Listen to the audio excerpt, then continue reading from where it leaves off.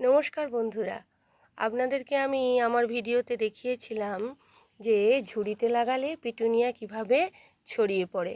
সেটি আপনারা দেখতেই পাচ্ছেন, লক্ষ্য করছেন যে কি পরিমাণে আমার পিটুনিয়া সুন্দরভাবে এই ঝুড়িটাকে ভরিয়ে তুলেছে।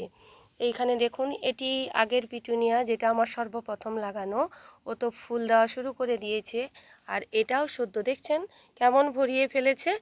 তা ভরিয়ে তো ফেলেছে, এতে তো খাবার তো দিতে হয়েছে, না হলে ভরবে কি করে, এদের বৃদ্ধিটা হবে কি করে।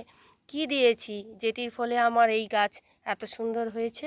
বন্ধুরা, আমি শুধুমাত্র একবার সর্ষের খোল ভেজানো জল দিয়েছি, আর দিয়েছি আমার মাছ পচা জল। মাছ পচা জল আপনারা হয়তো শুনে থাকবেন যে মধুমিতা বারবার বলে মাছ পচা জল, মাছ পচা জল। সবাই হয়তো এর গন্ধ নিতে পারেন না, কিন্তু মাছ পচা জলের যে কী গুণাগুণ, যারা ব্যবহার করেছেন তারাই বুঝতে পেরেছেন যে মাছ পচা জলের কী গুণাগুণ। সেই জন্য দেখুন আমার গাছগুলো এত সুন্দর ভরে গিয়েছে।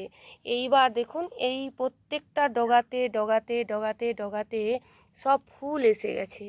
এইবার এই ফুলগুলি ফুটতে থাকবে। তাহলে আমার এই গাছগুলিকে বৃদ্ধি করতে আমি কি দিয়েছি না, সর্ষের খোল ভেজানো জল একবার, আর একবার মাছ পচা জল। তাতেই আমার যখন লাগানো হয়েছিল আমি এতে কিছুই দিইনি, শুধুমাত্র গোবর সার মেশানো মাটি। সেই মাটিতেই আমার এই গাছগুলো এত সুন্দর হয়েছে। আপনারাও এইভাবে বাগান করুন, দেখবেন আপনারও এই পিটুনিয়া একদম গামলা ভর্তি হয়ে যাবে। কেমন লাগলো ভিডিওটি জানাবেন। ভালো লাগলে চ্যানেলটিকে অতি অবশ্যই সাবস্ক্রাইব করবেন, লাইক করবেন, শেয়ার করবেন, কমেন্ট করতে ভুলবেন না। নমস্কার।